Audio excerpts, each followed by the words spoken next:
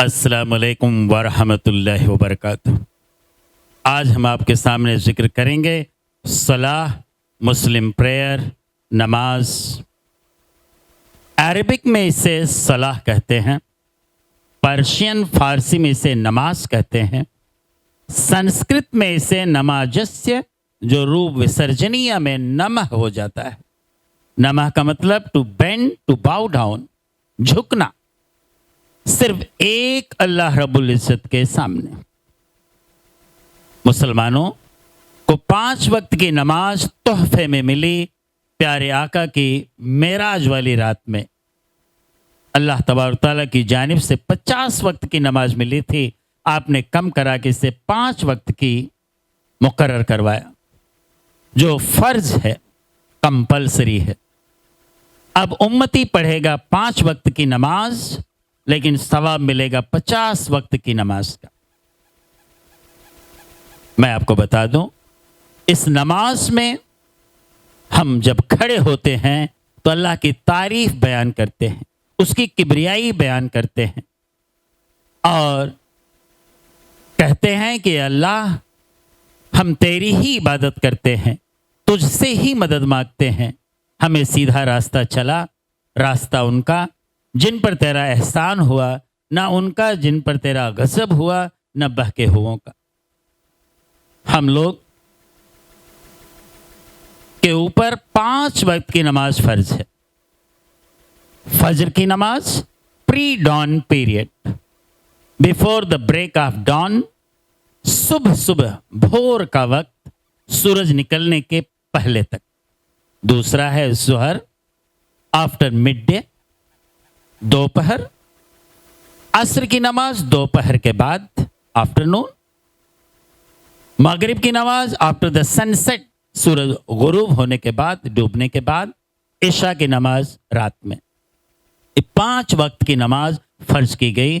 وقت کا متعین ہونا، کیسے پڑھنا، اللہ رب العزت نے اپنے پیارے حبیب محمد مصطفیٰ صلی اللہ علیہ وسلم کو سکھایا۔ اب نماز کے لیے اذان جو ہوتی ہے، کال فار دا پریئر، اس کے الفاظ عمر فاروق رضی اللہ تعالیٰ عنہ، حضرت عمر فاروق رضی اللہ تعالیٰ عنہ کو سپنے میں، ڈریم میں، خواب میں ایک کلمے سنائے گئے، اور وہ کلمے پہلے محسن بلال حبشی پیس بی اپان ہم کے ذریعے لوگوں تک پہنچا، اور آج بھی محسن اور بروز قیامت تک وہ کلمے ہوا میں، ایٹماسفیئر میں بلند کرتے رہیں گے انشاءاللہ العظیم۔ اس کے بعد قبلہ کی طرف منہ کر کے دنیا کے کونے کونے کے تمام مسلمان نماز پڑھتے ہیں۔ ایک قبلہ، پہلے پیغمبر محمد صلی اللہ تعالی علیہ وسلم مکی زندگی میں بھی نماز پڑھتے تھے، اور کھلم کھلا اعلانیہ طور پر پہلی بار حرم شریف میں کعبہ کے سامنے عمر فاروق رضی اللہ تعالیٰ عنہ کے اسلام میں داخل ہونے پر پہلی بار کھلم کھلا نماز پڑھی گئی۔ پیارے آقا صلی اللہ تعالی وسلم کی ہجرت کے بعد 2 ہجری 624 AD سن میں پیارے آقا صلی اللہ تعالی وسلم ظہر کی نماز جس مسجد میں پڑھا رہے تھے اسے قبلتین کہتے ہیں۔ 16 سے 17 مہینے تک ہجرت کرنے کے بعد آپ بیت المقدس یعنی یروشلم کی طرف منہ کر کے نماز پڑھتے اور پڑھاتے تھے، لیکن آپ کی خواہش تھی کہ آپ کا قبلہ مکہ معظمہ میں مسجد حرام کی طرف ہو۔ آپ ظہر کی نماز پڑھا رہے ہوتے ہیں، شب برات کی 15ویں تاریخ ہے، پیر کا دن ہے۔ پیارے آقا صلی اللہ تعالی وسلم 2 رکعت مکمل کر چکے ہیں۔ اللہ کی طرف سے وحی نازل ہوتی ہے، سورہ نمبر 2 آیت number 144۔ Certainly we observed you repeatedly raising your face towards the heaven. So turn your face towards the Qibla of your choice. Just you turn your face towards the Masjid Haram in Mecca. O believers, wherever you are, you also turn your faces accordingly.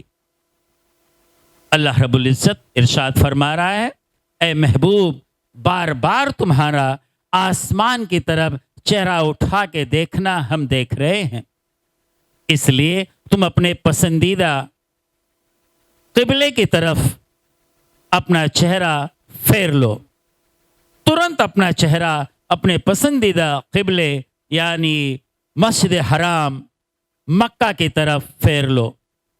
اے مسلمانوں، تم بھی جہاں بھی ہو اسی طرح مسجد حرام کی طرف، مکہ میں جو ہے اس کی طرف چہرے پھیر لو۔ یہ آیت نازل ہوتے ہی پیارے آقا صلی اللہ تعالی وسلم 2 رکعت مکمل کیے ہیں۔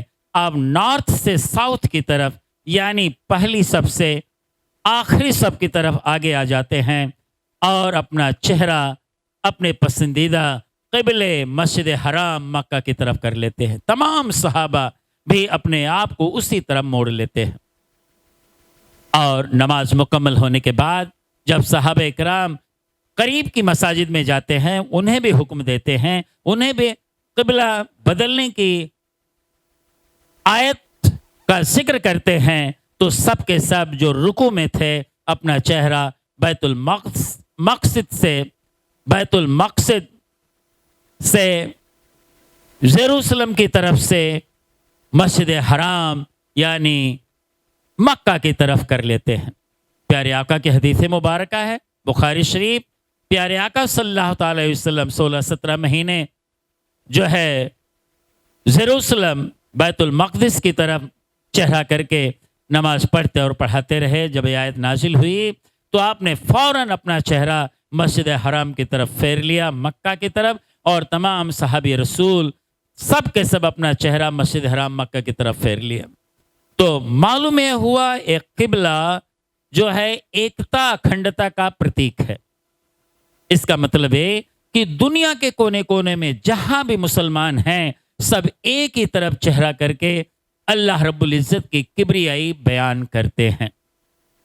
اس نماز کا ذکر اللہ تبارک تعالیٰ قرآن پاک میں ارشاد فرما رہا ہے، 67 جگہ 67 جگہ نماز کا ذکر آیا۔